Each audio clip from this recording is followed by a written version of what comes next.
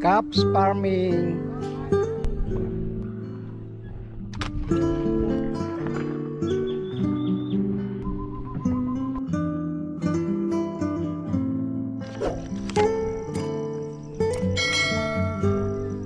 Ayan, magandang umaga po mga ka-farmers. Ngayon po ay pasaka na tayo. Sarap po mag-motor sa umaga. Ang lamig ng simoy ng hangin. Mga 15 minutos po ako nagmumotor. Papunta po din sa aking taniman. Simula ako sa aking bahay hanggang dito sa taniman ko. So yan na po si Douglas. Ayan.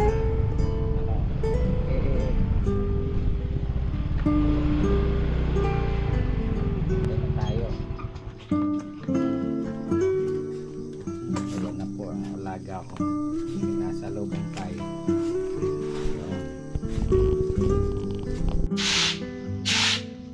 Ayan, maglinis po tayo ng ating sapa.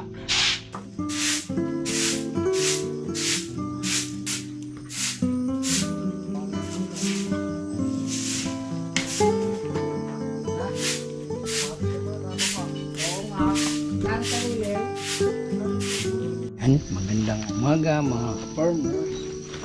Ngayon po ipipitas tayo ng sigarilyas o pambenta.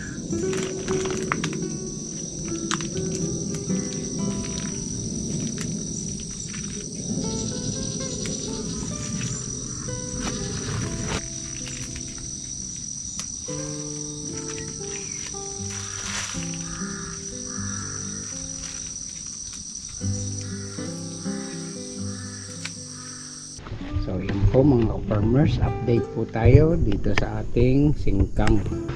Malalago na po siya, maganda na. At malapit na po siyang harvestin.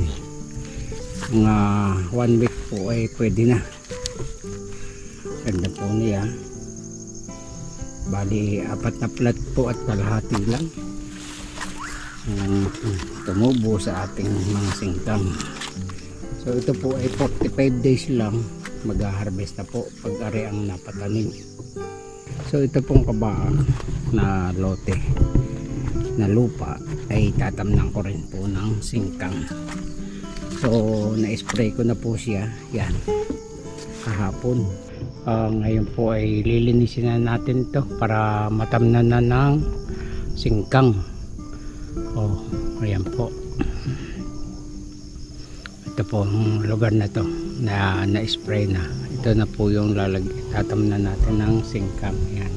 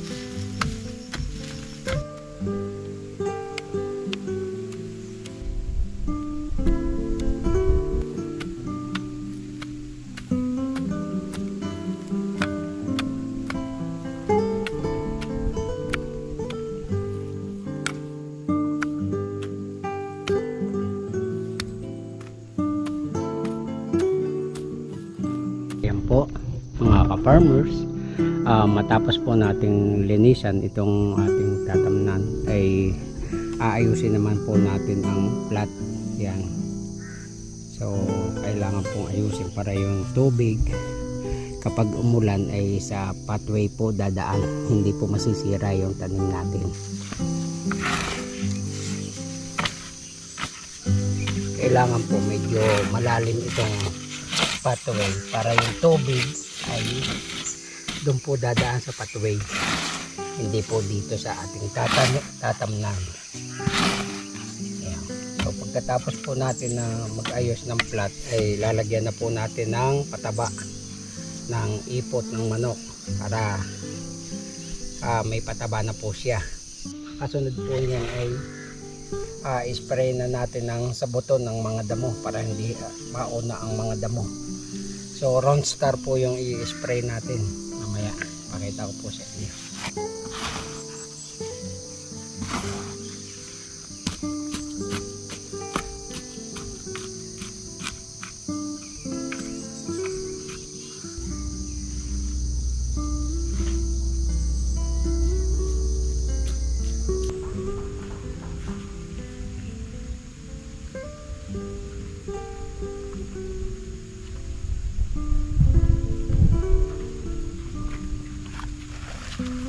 Maglalagay na po tayo ng pataba, ang ipot ng manok.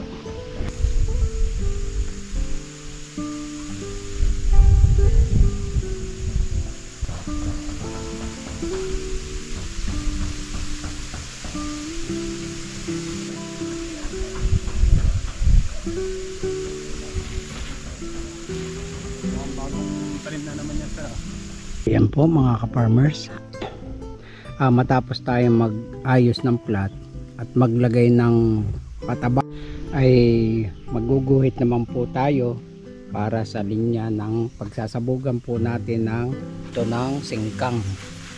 Ayan.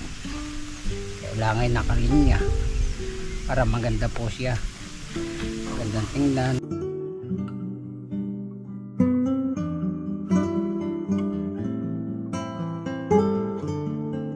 Po, tapos na po tayong magguhit at maglagay ng pataba. So ngayon naman na-spray po natin ng Round Star po ay para sa mga buto ng damo para po hindi agad tumubo. Ayan po mga ka-farmers, magandang umaga. Meron po tayong kasamang technician na si Raymond. So magandang umaga po sa ating lahat mga ka-farming. So ako po si Raymond from Vetmate Leafy Green. So ngayong umaga po, nandito po tayo sa taniman ni Caps Farming para po bigyan natin siya ng sample ng ating product na Sea Potentia. Isang seaweed extract na ginagamit sa ating mga taniman sa agrikultura. So ano po bang maganda dito kay Potentia? So si Potentia po ay may taglay po na macro elements. Unang-una po dyan ng nitrogen, phosphorus, at saka po itong potassium. Bukod po dun sa macro elements po na yan, meron din pong taglay ang mga seaweed extract or mga seaweeds na micro elements kagaya po ng zinc, manganese, calcium. Meron din po itong tinatawag na pang-anti-stress po o pang-abiotic stress sa mga halaman po natin. So para maiwasan po ang pagkalaglag ng mga bunga, pagkalaglag po ng mga bulaklak ng ating mga taniman. Pwede po siyang gamitin sa lahat po ng uri ng ating mga tanim, sa mga mangga, sa mga palay, sa mga gulay, sa mga prutas, pwede din po sa mga leafy vegetables po natin. So, ano po bang maganda pa po dito kay Potentia po natin? Hindi lamang po ito basta ginagamit natin sa mga taniman po natin. So, pwede rin natin itong magamit sa ating pong mga lupa. Bakit po? Kasi po ang trabaho naman po nitong natin ay kinokontrol naman po yung acidity ng lupa po natin. Pinapabilis po niya yung pag-uptake po ng nutrients na nasa lupa po natin. Bakit po mahalaga po yun? Pag nakukuha po ng maayos ng halaman yung mga nutrients na nasa lupa, mas gumaganda po ang ating tanim, mas nagiging tolerant po siya sa sakit. So sa pagtitimpla naman po, 50 ml sa isang knapsack sprayer o 16 liters ng ating tubig. Kung drum naman po yung ating titimplan or 200 liters po, pwede po natin i-apply yung 500 ml. Okay. So, yun na lamang po ang ating pong i-share dito po sa ating product na si Potentia. Kung may mga gusto po kayong itanong, gustong isangguni po sa amin, hanapin nyo po ang Vetmate Leafy Green sa aming pong Facebook page. So muli po, maraming salamat po kay Caps Farming sa pagpapaunlak po sa atin na may vlog o may video po yung ating product na potential. Maraming salamat po at more followers to come.